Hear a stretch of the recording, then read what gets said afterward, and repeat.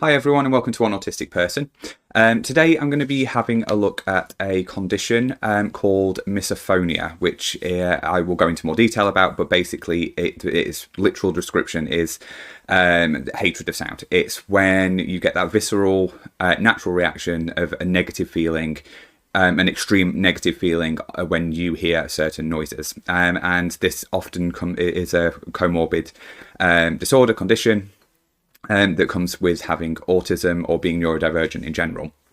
So I'm just going to have a look at the actual description of what the disorder is. So misophonia is a disorder where certain sounds like chewing, sipping and munching can trigger emotional or psychological responses.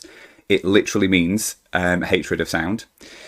People who suffer from misophonia go into a fight or flight state when they hear common sounds, such as chewing, yawning, or breathing, or the hum of an overhead fluorescent light, noises that don't normally bother others.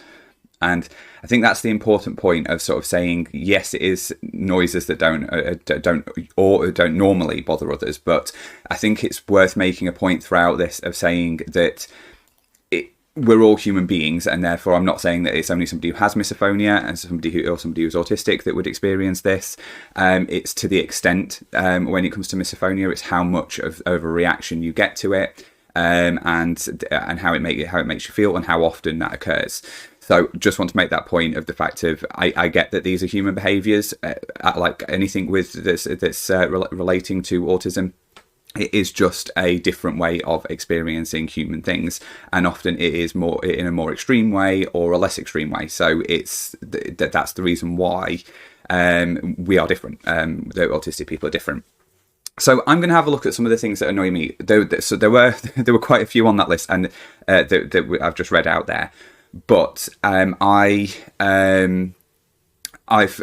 some that I have major issues with, and these are kind of the ones that I do, and then there's lots that I have that can build up very quickly to get to these, but these can all or pretty much always trigger me to go into these responses that I'm going to give. So yes, it does have a fight or flight response, but I also feel it has a little bit more than that. The feel. I've been looking recently at what that feeling means, because I've also have alexithymia, so I'm trying to understand why I feel the things that I feel, and trying to identify feelings. So that's why I've kind of got to this video, is because I've realised how often I am triggered by my misophobia, which is multiple times a day, all the time.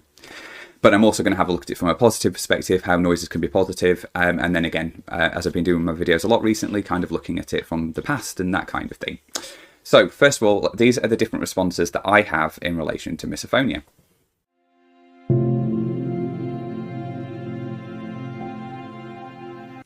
So the first one, this really annoys me. So what I'm going to do is tell you what the noise is and what I'm thinking the response is, what I'm feeling the response is, as I'm sort of deciphering that for myself. So whistling, it is annoyance. I feel absolutely annoyed. It's the minute I hear somebody whistle, it really makes me feel so tense and so anxious and just generally annoyed that I can lose my temper really quickly from hearing that noise, and it just feels like it's ringing around my ears, and I can hear it for ages afterwards. So it can quite often stay around for a while. So yeah, whistling, annoyance. There's a certain meow that my cat makes. It's only one specific one, but it really causes frustration in me. It makes me feel really frustrated, and I don't know whether that comes from the fact that it's because I know he needs something at that point, and maybe it's a meow that I can't work out what he wants, because I know what his what his going outside meow is. I know what his food meow is, and it's a meow that I don't really understand, but it really makes me frustrated. The vacuum cleaner, when a vacuum cleaner's on, fear. I can't use a vacuum cleaner because it makes everything I feel like the whole world's coming on me. I feel very claustrophobic, and that I can't hear anything around me, which is obviously the case when you have a Hoover on. But I feel like the whole world is closing in, and it doesn't need to be in the same room. If it's even if my neighbour uses it sometimes, because we're attached on one side, sometimes it can trigger me when I hear my neighbour, especially when she's close, because the vroom noise as it's going towards the side of the carpet, it's awful. But in the house, definitely, I have to put my headphones on at that point.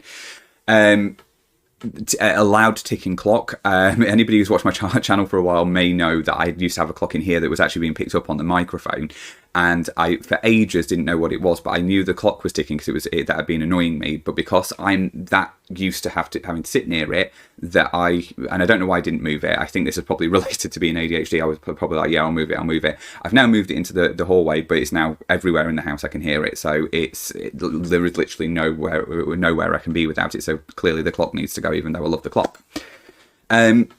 Somebody knocking on something, the noise of knocking causes absolute panic in me and can cause panic attacks. It can actually make me hyperventilate.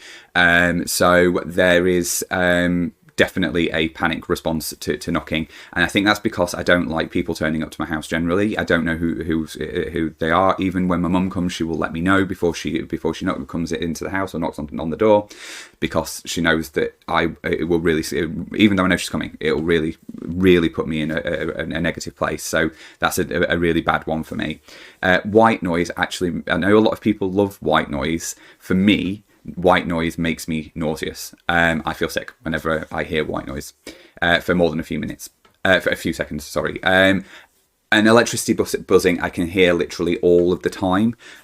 So if there's anything electrical around, I can hear the buzzing of the electricity, which I've covered before on other videos. And all of these things can cause me to get tinnitus. So I'll get like a whirring, ringing noise in my ear. Recently it started to cause vertigo as well, because of medication that I'm taking. It's meaning that it seems to be that's triggering it. It seems to be misophonia that's triggering it. Can cause really bad headaches. I can get very, very confused. And then at its worst, so if somebody was whistling, like that is one that is really, really bad for me for causing meltdowns. I will absolutely go into a meltdown. A vacuum cleaner would make me shut down. So I would it makes me feel so scared that I just totally shut down. So what I'm going to have a look at now is some of the noises that are positive for me, so the positive sensory experiences. This is something I'm learning a lot about as time's going on, and probably realizing that there's a lot of things that I do to make these noises, but let's have a look at positive reactions to noise.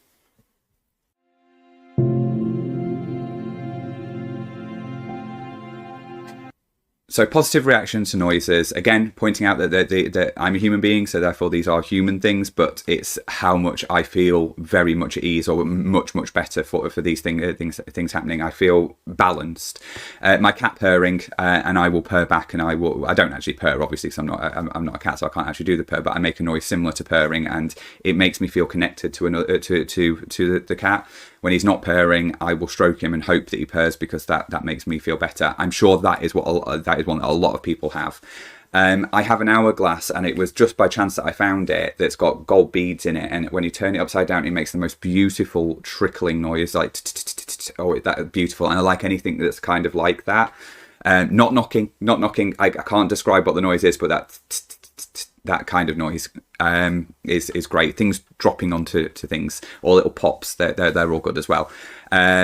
My cat on his cat scratcher, I think, because I know he's enjoying it, but also I think that comes into another one with me. I like to hear sort of a scratching noise, because I also will run my nails across the sofa. My sofa's got quite a rough material, so if I scrape my fingernails against it, it makes a noise that's really nice. But that also doubles up with a positive touch sensory experience as well, because I like the feel of it.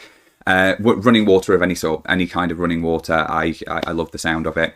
Repetitive soft noises like card flapping, or those little noises, like if a tree was with its. I keep making that noise. I hope you know what I mean, and it's not just annoying. Wobble boards as well. I love the noise of a wobble board. It just makes me feel very warm and centered. So yeah, but like I said, I am still trying to search for these, because I think these are less common for me to have noticed. I've noticed a lot throughout my life of noises that annoy me, and that make me feel that intense feeling of either fight or flight, or annoyance, or frustration, or anger. I've noticed those more, whereas I've not noticed necessarily that these noises are positive ones. And I think I'm probably doing a lot of things, because I know clicking is soothing for me. So if I click my fingers, but I think that's a feel thing as well. But if I'm losing my train of thought, I can click and it will get my mind back on track. So there's lots. I know there's going to be a lot more than these. I've struggled more to find the positives, and that's a thing that I'm working quite heavily on at the moment, is to try and find what my positive noises are. Certain music I've got a restricted sort of music list that I listen to, but that music makes me feel better. So obviously music, and again, that is obviously, again, most humans feel that way. But again, it's the immense amount of balance and pleasure I feel, or just not even pleasure, just feeling calm from those noises. And it's clear that this is a thing because I can't remember what it's called, the stuff that you can watch on YouTube with the noises. If anybody wants to tell me in the comments, I'd love to know, because AMSR or something, I can't remember what it's called, and I need to look at that, but I'm worried about going into that and then having misophonia issues. So I'm kind of putting it off doing it, but I need to do it to be able to find what the things are that I like. So what I'm now going to have a look at is what it looked like for me as a child, it felt like for me as a child. So let's have a look at how it felt when I was a child.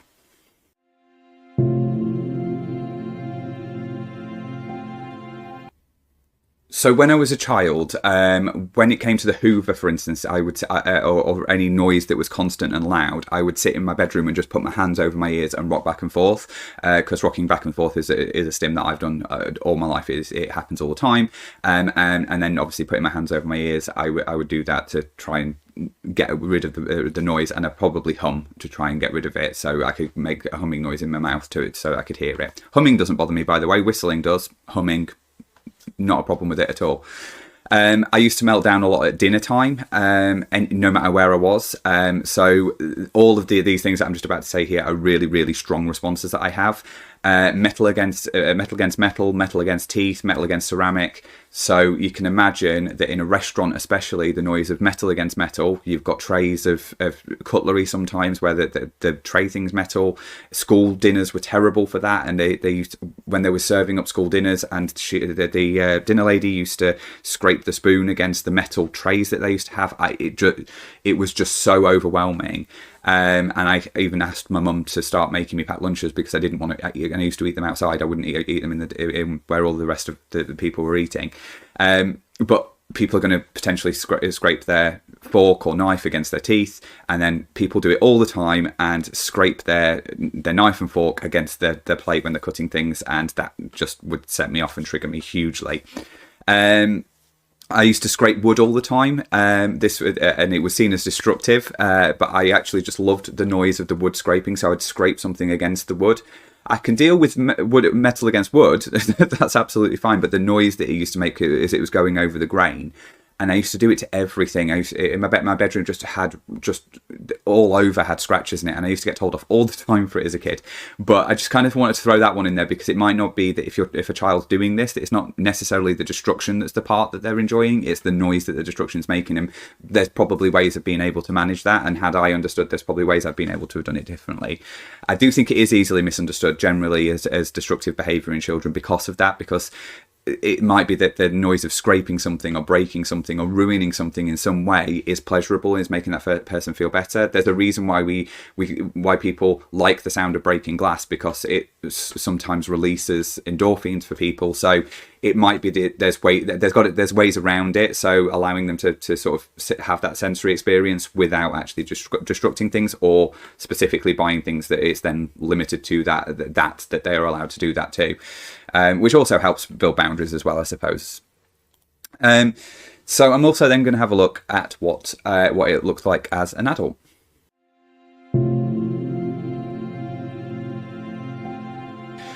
So as an adult, there's kind of two parts to this for me. So I ignored it a lot pre-diagnosis. Or I thought I was ignoring it. I was putting it to one side, or I was moving it so that it would bother me later. But when someone close to me whistled, for instance, like my housemate, if he whistled close to me, I would have a complete mother of all meltdowns over him whistling, because in my head, that frustrates me. Why are you doing it? Whereas if I hadn't have had any of those sounds around me, if I hadn't been annoyed all day by the rest of the noises that were happening, it wouldn't have turned into that meltdown, and I'd have just asked him to stop. if it had carried on after that, I probably would have. It doesn't take a lot with whistling at all to make me get to that to that point.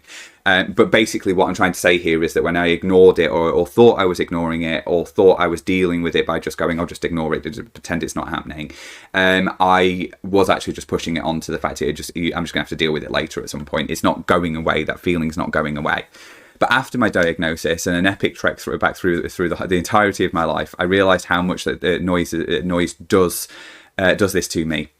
And now I can identify when it's starting to happen, when I'm starting to feel that, and do something about it, either by moving, putting my headphones on, or finding somewhere to go and rebalance with a positive noise when I have the time. So because I'm managing them individually rather than going through a whole day of dealing with them and then coming back and one thing's triggering me to have a meltdown, it might be that I will break off somewhere to make sure that I go and listen to Orinoco Flow or something, which will allow me to then balance myself back to where I was before.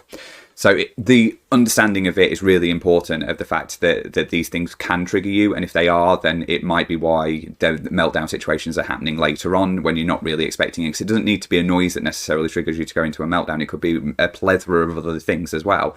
But I've started to realise how much noise and sensory issues anyway, sensory complications anyway, but noise seems to be a big one for me. That I'll very quickly go from thinking that I'm okay to being absolutely melting down to a point of no return, and I'm going to have to go through that meltdown. Whereas if I'm able to manage them and pick up on it quicker, then that's much easier for me. So finally, I'm just going to have a look at a few things around managing my environment.